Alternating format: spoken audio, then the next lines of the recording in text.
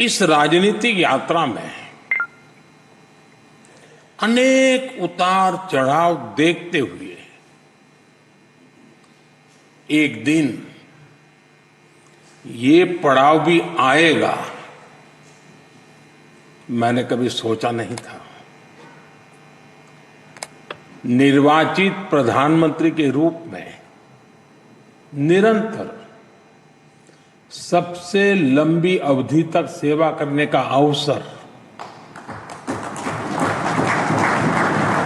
इसे मैं अपना परम सौभाग्य मानता हूं। आपने इस अवसर पर मुझे सम्मानित किया, इतना मान दिया, इसके लिए मैं आप सभी का बहुत बहुत आभारी हूं। साथियों, इतने लंबे समय तक मां भारती की सेवा का सौभाग्य मिलना, ये ईश्वर की विशेष कृपा से ही संभव हो सकता है। और मेरे लिए तो जनता जनार्दन ही ईश्वर का रूप है। और इसलिए मैंने इस सेवा कार्य को हमेशा एक साधना के रूप में ही देखा है। और ये साधना भी एकाकी नहीं रही है, ये एक सामूहिक यज्ञ है जिसमें आप सब ने और अनेकों साथियों ने कर्तव्य भाव से अपना योगदान दिया है। मैं आज इस यात्रा के ऐसे सभी साथियों के प्रति भी अपना आभार प्रकट करता हूं। साथियों, इस अवसर पर एनडीए परिवार के सदस्यों ने एक रिजोल्यूशन भी पेश किया है। ये आप सबकी आत्मीयता और उदारता है, क्योंकि मैं इस यात्रा को अपनी व्यक्तिगत उपलब्धि नहीं मानता हूं। ये हर दृष्टिकोण से हम सबकी सामूहिक उपलब्धि है। ये एनडीए के हर घटक दल की एक समान उपलब्धि है।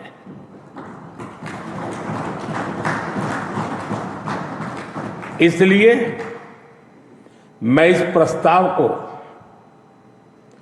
आप सभी को, भाजपा समेत हमारे एनडीए परिवार के सभी कार्यकर्ताओं को समर्पित करता हूं। साथियों, भारत की जनता का निरक्षीर विवेक हमेशा अद्भुत रहा है। देश की जनता ने राष्ट्रीय स्तर पर राजनीतिक स्थिरता का महत्व समझा है। ये जनता जनार्दन की परिपक्वता ही है कि उसने लंबे समय तक मुझे इस तरह जनता की सेवा का अवसर दिया। 2014 के पहले के कई दशक बहुत अस्थिरता और उथल पुथल से भरे हुए थे। इसका देश को बहुत नुकसान भी उठाना पड़ा। लेकिन अब देश की जनता एक स्थिर सरकार का काम भी देख रही है और उसकी निर्णायक क्षमताओं की प्रशंसक भी है। मैं आज देश की महान जनता को भी नमन करता हूं।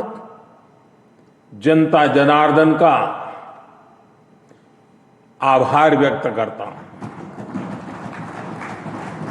साथियों, साल 2014 में जब एनडीए की जीत हुई थी, तब मैंने कहा था कि आज देश के सामान्य मानवी में एक नई आशा का उदय हुआ है। इस आशा का, इस उम्मीद का संरक्षण हम सभी का बहुत बड़ा दायित्व था। देश के लोगों ने कांग्रेस के विश्वासघात के बाद अपना भरोसा हमें सौंपा था। मुझे आज संतोष है, गर्व है कि एनडीए परिवार के तौर पर हमने देश के विश्वास को हमेशा और मजबूत किया है।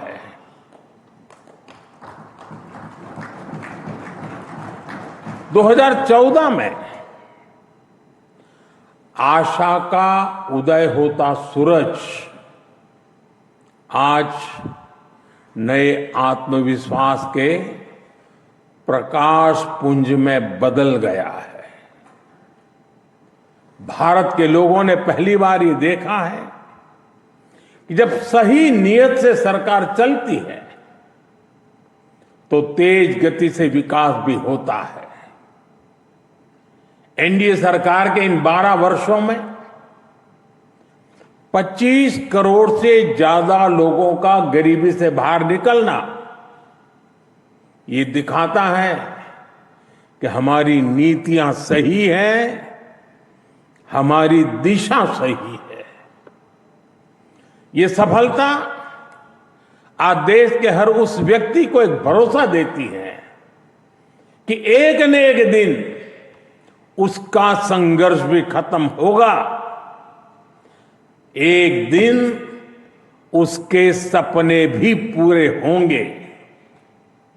और मैं मानता हूं कल जो गरीब था आज जो न्यू मिडिल क्लास बना है उसे अब हमें पीछे नहीं होने देना है।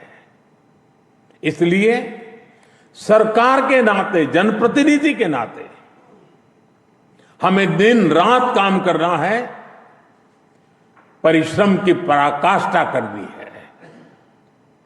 और इस संकल्प के साथ कि 140 करोड़ का ये देश हमसे जो उम्मीदें लगाए बैठा है वो जरूर पूरी हो। भारत का युवा, भारत की नारी शक्ति, भारत का मध्यम वर्ग, भारत के किसान, सबकी आकांक्षाएं, उनकी एस्पिरेशंस हमें पूरी करनी है। आज देश का हर नागरिक विकसित भारत के सपने से भरा हुआ है।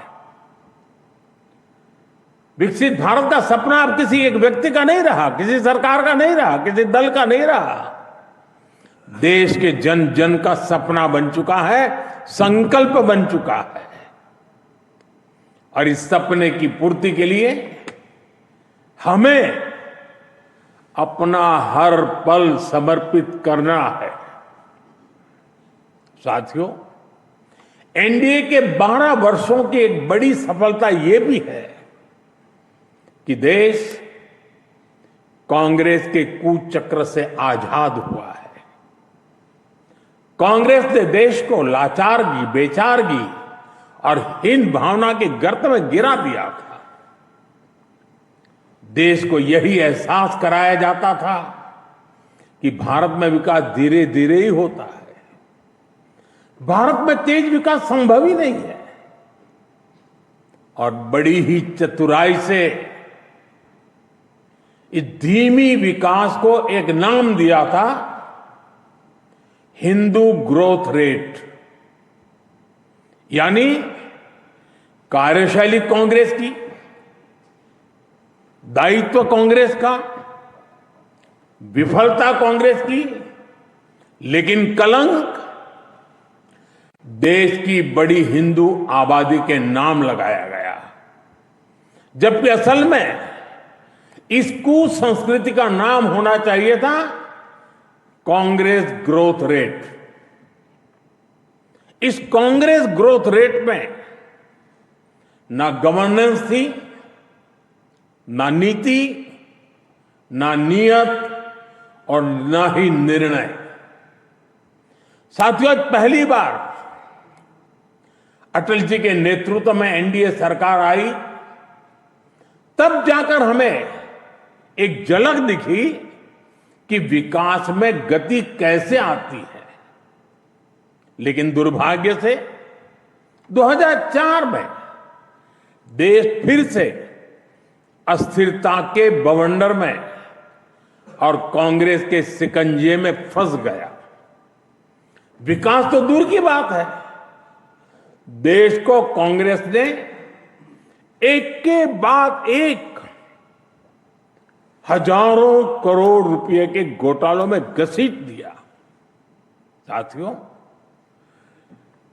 देश का भाग्य फिर तब बदला जब 2014 में एनडीए की सरकार बनी।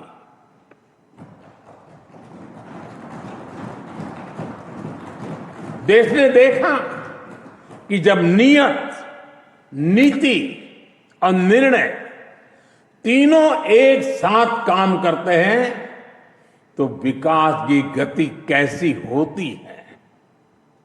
देश ने देखा कि जो काम दशकों में होते थे वो काम महीनों में होने लगे। 2014 में 74 एयरपोर्ट से 2026 में 160 से अधिक एयरपोर्ट तक, 2014 में 1000 किलोमीटर एक्सप्रेसवे से 2026 में 6700 किलोमीटर एक्सप्रेसवे तक, 2014 में सिर्फ 5 शहरों में मेट्रो से 2026 में 20 से ज्यादा शहरों में मेट्रो तक, 2014 में 700 करोड़ रुपए डिफेंस एक्सपोर्ट से 2026 में 23,000 करोड़ रुपए के डिफेंस एक्सपोर्ट तक। देश ने बहुत लंबी यात्रा तय की है। साथियों, 2014 में देश में केवल 25 करोड़ इंटरनेट यूजर थे। आज 100 करोड़ से अधिक यूजर इंटरनेट से जुड़े हैं। 2014 में डिजिटल पेमेंट्स ना के बराबर थे। आज भारत डिजिटल ट्रांजैक्शन में नंबर 1 देश है। 2014 में भारत अपनी जरूरत का ज्यादातर मोबाइल बाहर से मंगाता था। आज भारत 33 करोड़ से अधिक मोबाइल हैंडसेट खुद बनाता है। 2014 में सोलर क्षमता केवल 2.5 गीगावाट थी। आज यह 150 गीगावाट से अधिक है। 2014 में एथेनॉल ब्लेंडिंग केवल 1.5% था। आज यह 20% तक पहुंच चुकी है। 2014 में देश की एक भी सेमीकंडक्टर यूनिट नहीं थी। आज देश में बन रही 10 से ज्यादा सेमीकंडक्टर यूनिट्स भारत को आधुनिकता की तरफ ले जा रही है। साथियों, हमने देश की जरूरतों को अपनी नीतियों और निर्णयों का आधार बनाया। नई सोच से नए फैसले लिए। हमने युवाओं के लिए स्किल डेवलपमेंट मिनिस्ट्री बनाई। सहकारी क्षेत्र को मजबूती देने के लिए अलग कोऑपरेटिव मिनिस्ट्री बनाई। हमारे मछुआरे भाई बहनों के लिए अलग फिशरीज मिनिस्ट्री बनाई। हमारा फोकस क्लियर था, विकास की इस दौड़ में कोई पीछे न छूटे। साथियों, हमने दिव्यांगजनों के लिए कानून बनाया। आदिवासियों के लिए जनमन जैसी योजनाएं शुरू की। पशुपालकों और मछुआरों को पहले किसान क्रेडिट कार्ड का लाभ नहीं मिलता था, हमने उन्हें भी इस सुविधा से जोड़ा। और इतना ही नहीं, हमारी सरकार ने रेहड़ी पटरी वालों को भी स्वनिधि क्रेडिट कार्ड की सुविधा दी। साथियों, सवाल ये है कि अगर 12 साल में इतना कुछ हो सकता है तो फिर दशकों तक क्यों नहीं हुआ। ये कांग्रेस ग्रोथ रेट और एनडीए ग्रोथ रेट का अंतर है। एक व्यवस्था लोगों को इंतजार कराती थी, आज की व्यवस्था परिणाम दिखाती है। एक व्यवस्था काम अटकाती भटकाती थी, आज की व्यवस्था कहती है काम अभी होगा, समय पर होगा और बड़े पैमाने पर होगा। और इसलिए साथियों 2014 से 2026 की कहानी केवल आंकड़ों की कहानी नहीं है, यह उस भारत की कहानी है जिसने पहली बार अपनी पूरी क्षमता के साथ दौड़ना शुरू किया है। वो भारत जो बड़े लक्ष्य तय कर रहा है और इन लक्ष्यों की प्राप्ति के लिए जी तोड़ मेहनत कर रहा है। साथियों, एनडीए के 12 वर्षों की उपलब्धियों की एक और विशेषता है, हमें ये उपलब्धियां वैश्विक अस्थिरता और अशांति के दौर में हासिल हुई है। एक स्थिर सरकार होने का लाभ क्या होता है, ये बार बार इस दौर ने साबित किया है। कोरोना के समय को हम कभी नहीं भूल सकते, जब हर तरफ हाहाकार मचा था, लेकिन भारत उस हालात को मुकाबला करते हुए भी सफलता से आगे बढ़ा। साथियों, दुनिया के बड़े बड़े देशों की अर्थव्यवस्थाएं संघर्ष कर रही है, तब भी 2025-26 में भारत ने 7.7% की ग्रोथ रेट हासिल की है। और पिछला क्वार्टर तो जो 31 मार्च को खत्म हुआ, उसमें भी भारत की ग्रोथ 7.8% रही है। ये सफलता इतनी आसान नहीं है दोस्तों। हम फ्रेजाइल 5 के कटघरे से बाहर निकलकर आज दुनिया की तेज गति से आगे बढ़ने वाली अर्थव्यवस्था बन चुके हैं। साथियों, कल के विकसित भारत की गारंटी है आज का आकांक्षी भारत। आकांक्षी भारत के गर्भ में विकसित भारत पल रहा है। आज के भारत की आकांक्षाएं बड़ी हैं, सपने बड़े हैं, इसलिए उसके संकल्प और लक्ष्य भी उतने ही बड़े हैं। देश की इन आकांक्षाओं का वाहक हमारा मिडिल क्लास है, नियो मिडिल क्लास है। इसलिए हमारी सरकार मध्यम वर्ग के एस्पिरेशंस को पूरा करने में लगी है। मिडिल क्लास की ईज ऑफ लिविंग, उसकी क्वालिटी ऑफ लाइफ, उसके लिए नए अवसर और नई संभावनाएं, हमने हर फ्रंट पर काम किया है। साथियों, 2014 से पहले मिडिल क्लास कानून की उलझनों का सबसे बड़ा शिकार हुआ करता था। जटिल टैक्स सिस्टम, आमदनी के सीमित स्रोत और टैक्स का बड़ा बोझ, खराब गवर्नेंस की मार, ये सब सामान्य मानवीय के लिए डेली लाइफ की चुनौती होती थी। लेकिन हमने मिडिल क्लास की परेशानियों को समझा, हमने मिडिल क्लास की आकांक्षाओं को समझा और इसलिए आज 12 लाख रुपए तक की आमदनी पूरी तरह से टैक्स फ्री है।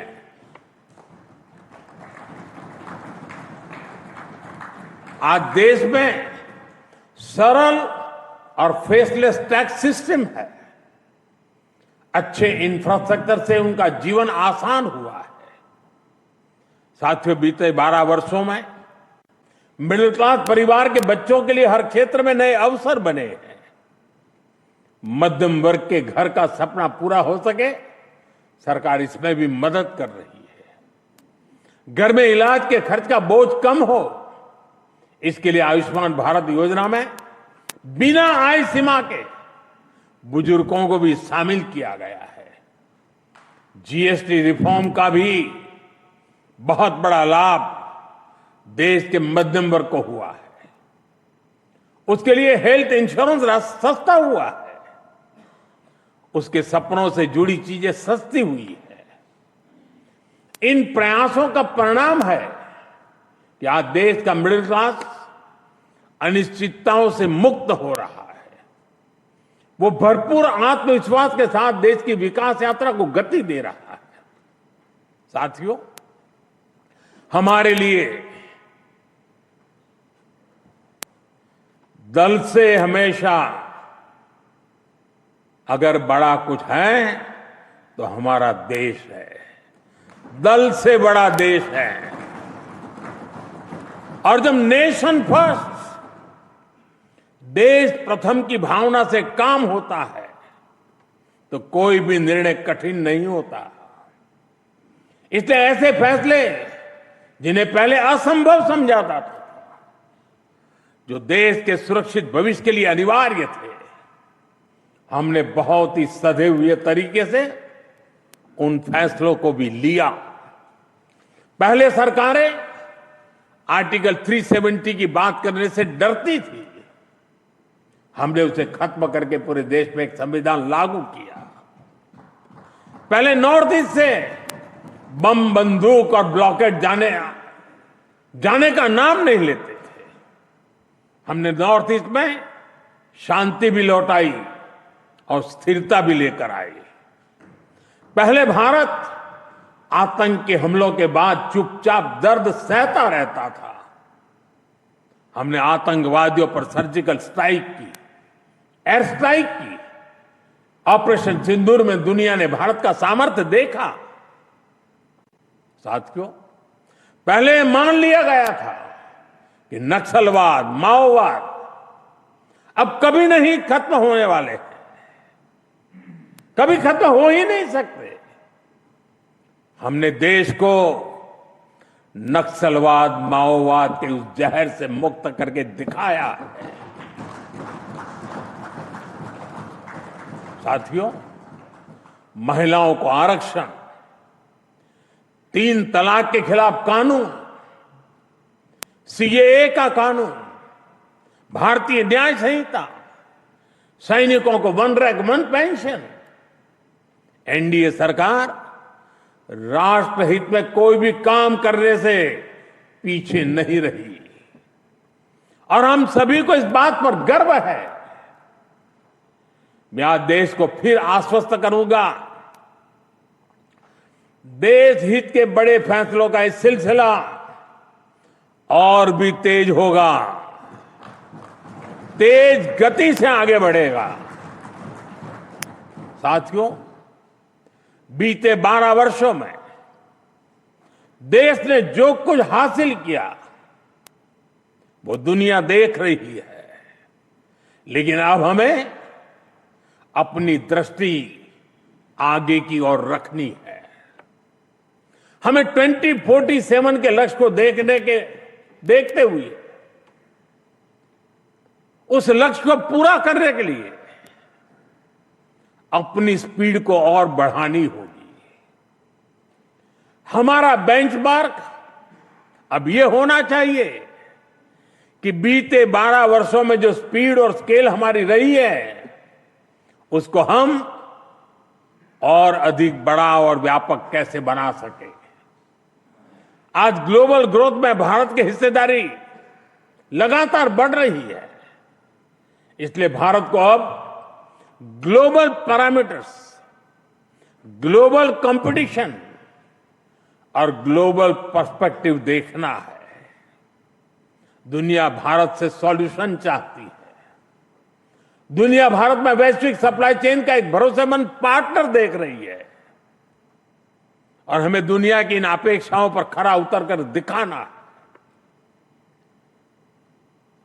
हमें ये समय गंवाना नहीं है। और मैं बार बार कहता हूं, यही समय है, सही समय है।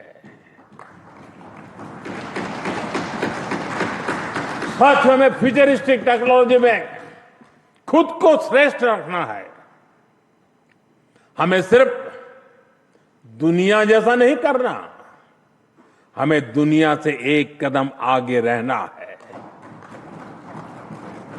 अब जैसे एनर्जी सिक्योरिटी है, बीते 12 वर्षों में हमने ऊर्जा में आत्मनिर्भरता के लिए अभूतपूर्व काम किया। मैंने लाल किले से समुद्र मंथन अभियान की घोषणा की थी। ये बहुत ही महत्वाकांक्षी मिशन है। बीते दिनों में ऑयल एंड गैस के एक्सप्लोरेशन को लेकर काफी पॉजिटिव खबरें आ रही हैं। यानी आने वाला समय अनेक संभावनाओं से भरा हुआ है और हमें हर संभावना का पूरा फायदा उठाना है। साथियों, अब हमें 500 गीगावाट रिन्यूएबल एनर्जी के टारगेट को जल्द से जल्द पूरा करना है। सोलर एनर्जी को लेकर तो काम तेजी से चल रहा है, लेकिन अब हमें न्यूक्लियर एनर्जी के लक्ष्यों को भी तेजी से हासिल करना है। अभी हमने दुनिया को दिखाया है कि Bharat fast breeder reactor technology में कितना आगे पहुंच गया है। ये टेक्नोलॉजी हमें न्यूक्लियर एनर्जी में आत्मनिर्भरता की तरफ ले जाएगी। इसी तरह ग्रीन हाइड्रोजन और ग्रीन अमोनिया के मामले में भारत बहुत तेजी से काम कर रहा है। आने वाले समय में ये टेक्नोलॉजी भारत को ग्लोबल ग्रीन एनर्जी मैप में सबसे प्रमुख बना पाएगी और ये नाम बनना पक्का है। साथियों, आज बड़े एक्सपर्ट्स भी का भी अनुभव है कि जिन देशों ने मैन्युफैक्चरिंग के पूरे इकोसिस्टम पर 80-90 के दशक में काम किया, उन्हें उसका फायदा इस सदी में मिलना शुरू हुआ। भारत ने 10-12 वर्ष पहले जिस इकोसिस्टम पर काम करना शुरू किया, उसका लाभ अब देश को मिलना शुरू हो गया। 2014, 15, 16 के कालखंड में जो बात नींव डाली गई, उसके फल अब दिखाई देने लगे हैं। भारत तेजी से दुनिया का मैन्युफैक्चरिंग पावर हाउस बनने की ओर आगे बढ़ रहा है। साथियों, energy, minerals, cheap, battery storage, space, drone, data centres, quantum computing, artificial intelligence, ऐसे हर सेक्टर, हर टेक्नोलॉजी एक दूसरे से जुड़ी हुई है। ये एक दूसरे की पूरक है। भारत इनके लिए विदेशों पर निर्भर नहीं रह सकता, क्योंकि ये भारत की आर्थिक और स्ट्रेटेजिक हर प्रकार की सिक्योरिटी से जुड़े विषय है। और तभी भारत सेमीकंडक्टर इकोसिस्टम पर इतना फोकस कर रहा है, तभी क्रिटिकल मिनरल्स को लेकर मिशन बोर्ड पर काम चल रहा है। साथियों, शिपिंग सेक्टर में भारत आत्मनिर्भरता के नए लक्ष्यों के साथ आगे बढ़ रहा है। हम एक ऐसे फ्यूचर की तरफ बढ़ रहे हैं जहां हम मेड इन इंडिया शिप पर ट्रेड करेंगे और कंटेनर भी मेड इन इंडिया होंगे। शिप मेंटेनेंस और रिपेयर से लेकर स्क्रैपिंग तक की सर्विसेज भी भारत देगा। यही विजन हमारे एविएशन सेक्टर के लिए है।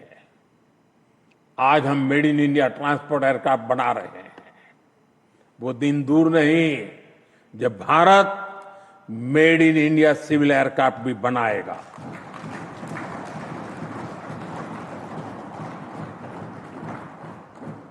देशवासी मेड इन इंडिया विमान में ही यात्रा करेंगे, वो दिन मैं देख रहा हूं। दोस्तों, साथियों, ये सदी टेक्नोलॉजी की है, डेटा की है। आज विश्व के सबसे बड़े और आधुनिक डेटा सेंटर्स भारत में बन रहे हैं। यही भारत की ग्लोबल सप्लाई और वैल्यू चेन का मजबूत पिलर बनाएगी। हमने यूपीआई के माध्यम से दुनिया को दिखाया है कि भारत कम से कम समय में टेक्नोलॉजी का इतना विस्तार कर सकता है। हमने दिखाया है कि हमारे युवाओं का सामर्थ्य क्या है। अब एआई, डीप टेक और एडवांस टेक्नोलॉजी में हमारे युवा नया दमखम दिखाने के इरादे से आगे बढ़ रहे हैं। साथियों, आने वाले समय में 2 और सेक्टर्स में भारत का सामर्थ्य पूरी दुनिया देखेगी। ये सेक्टर है टूरिज्म और स्पोर्ट्स। ये दोनों भारत की इकोनॉमी के मजबूत पिलर बनेंगे। विशेष रूप से कॉन्फ्रेंस, एग्जीबिशन और कॉन्सर्ट के मामले में भारत एक ग्लोबल डेस्टिनेशन बनने के लिए अब पूरी तरह सज रहा है। आधुनिक इंफ्रास्ट्रक्चर से सेक्टर को बहुत पुश मिलेगा और स्पोर्ट्स में तो भारत के युवा कमाल का प्रदर्शन कर रहे हैं और हर दिन उनकी परफॉर्मेंस निखरती जा रही है। भारत दुनिया की बिगेस्ट स्पोर्ट्स लीग की धरती बनता जा रहा है। आने वाले सालों में हमारी ये ख्याति और बुलंद होगी। ओलंपिक्स के लिए हमारी तैयारियां भी भारत की एस्पिरेशन का ही प्रतिबिंब है। हमें छोटा नहीं सोचना है, हमें लक्ष्य ऊंचे रखने हैं और उन्हें प्राप्त करने के लिए पूरी ताकत लगा देनी है। साथियों, आज भारत रिफॉर्म एक्सप्रेस पर सवार होकर तेजी से आगे बढ़ रहा है।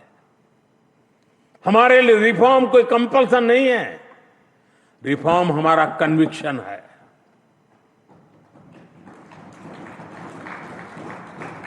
और देश भी निरंतर रिफॉर्म्स को सपोर्ट कर रहा है। साथियों, देशवासियों की सहभागिता की हमारी बहुत बड़ी शक्ति है। ये 12 वर्ष सरकार और समाज की सहभागिता का उत्सव मनाने वाले रहे हैं। बीते 12 वर्षों में मैंने जो भी सहयोग देश से मांगा, देशवासियों ने दिल खोल करके साथ दिया है। मैंने स्वच्छता का आग्रह किया तो पूरा देश निकल पड़ा। मैंने देश से डिजिटल पेमेंट अपनाने के लिए आह्वान किया तो भारत रियल टाइम ट्रांजैक्शन में दुनिया में सबसे आगे निकल गया। मैंने कोरोना महामारी के दौरान एकजुटता का, संयम का आग्रह किया तो देश ने एकजुट होकर उस महामारी का सामना किया। जनता ने कभी हमें निराश नहीं किया। साथियों, आने वाले समय में भी इसी जन विश्वास और जन भागीदारी के साथ हमें आगे बढ़ना है। सबका साथ, सबका विकास, सबका विश्वास और सबका प्रयास, ये हमारा मंत्र रहा है। सबका प्रयास ही विकसित भारत के निर्माण की असली ऊर्जा है। हमें हर राज्य, हर शहर, हर गांव को जोड़ना है।